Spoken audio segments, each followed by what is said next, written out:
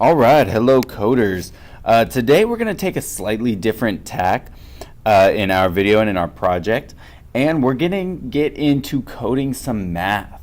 Now, doing math on this proved to be extremely difficult for me. I just spent the last hour and a half probably or so troubleshooting my way through making a code that would solve the quadratic formula, but I'm pretty happy that it's finally working. It felt really, really good to finally get it, and it works great. So let's just refresh our memory on what the quadratic formula is before we start. That is how we solve quadratic equations, which are basically something with an x squared. Let's see if we can find some examples of quadratic equations right there. Quadratic equations, wow, not so easy. Let's look at some images, right? So here is the quadratic equation. This one right here, this is an example of a quadratic equation. X squared plus 11x plus 28 equals 0, and there are some solvers right there. If you go back here, this is cool right here.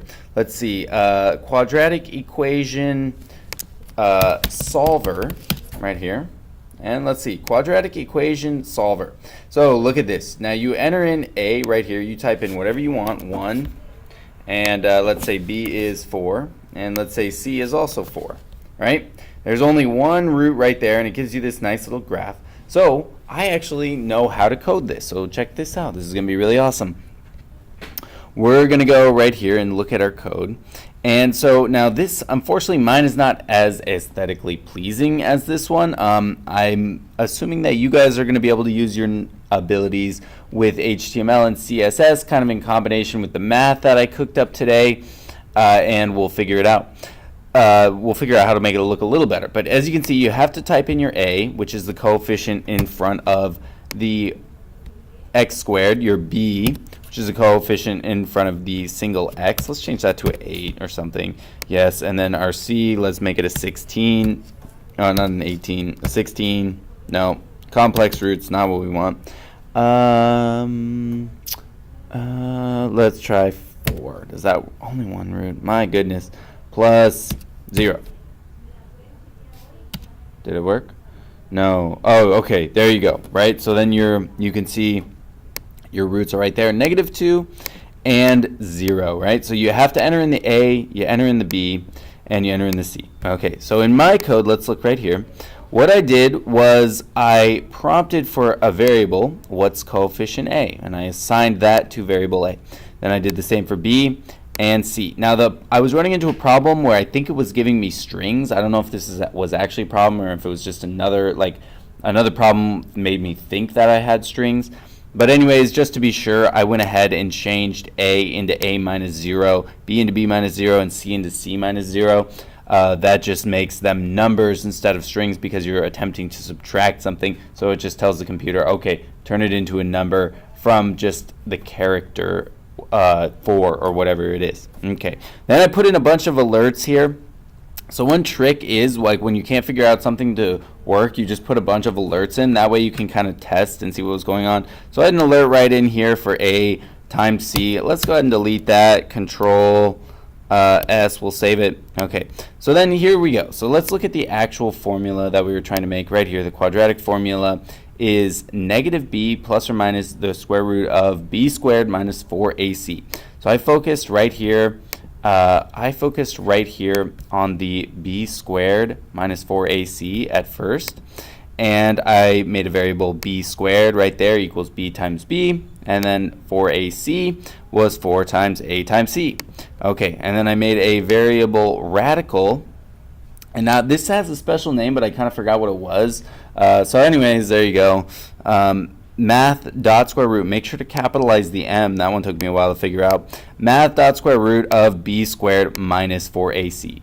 So I basically computed, not that one, I basically computed this whole chunk right there. Okay, then now you see it's -b plus or minus that, which I called rad in my variable rad. So it's going to be -b plus rad divided by 2a, -b minus rad divided by 2a.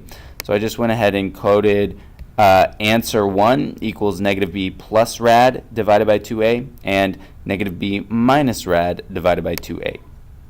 And then I alerted answer 1 and answer 2, and then good old alert hello. Maybe, you know what, we should probably do something like this. Hello, well, let's just test it first, before I start messing with the code. I tell you what. Okay, let's get rid of hello. Okay. And then we'll go ahead and save it. Okay, so we'll go back to our test. This looks horrible. No worries. Okay, what's coefficient A? 1. Enter. What's coefficient B? 4. Enter. What's coefficient C?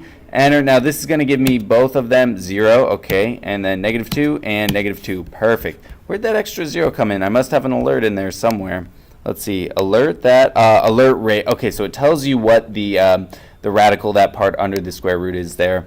We could go ahead and delete that. So let's test ours, Control S. Let's test ours against theirs. So here's ours, 1, 4, 4, and 4.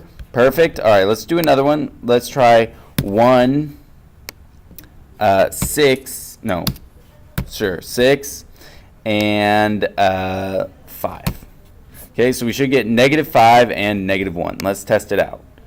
Test, we'll refresh the page. 1, okay, and then what do we say? 6, okay, and then 5, okay, and it gives us negative 1 and negative 5. Perfect, okay.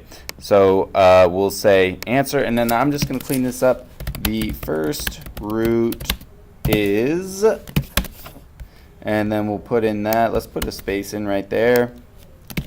The second root is, and we'll put a space right there. Okay, let's save that and see if this works. Control R. Uh-oh, now it's probably screwed up. It doesn't like me. Control S. Okay. We'll refresh this page here. Oh, and it's still, oh, okay.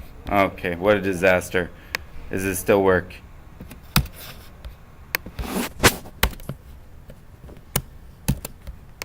Maybe I screwed the whole thing up. Probably should edit this out. Probably won't have time to, but that's okay. Let's see if the whole thing's working.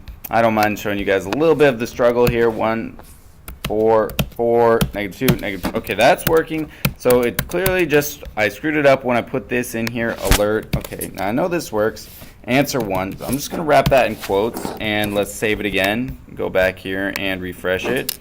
1, 4, 4. I don't know why I always. Okay, so that just alerted answer 1. So I know that's working. So I'm just having a little issue kind of connecting that with whatever is else here, plus. Oh yes, we went through this. Okay, so you got to connecticate the whole strings. I don't know if I'm going to really look this up at the moment. I will show you guys in the coding club how to do that, because it's not super hard, but it's probably going to take me a few more minutes to figure it out. I don't want to spend that long recording the video. Anyways, so here's the goal. Let's do this. I want you guys to see if you can kind of copy this code, and if you can get yourself a solver that works, and you can check it right here with any type of quadratic equation solver.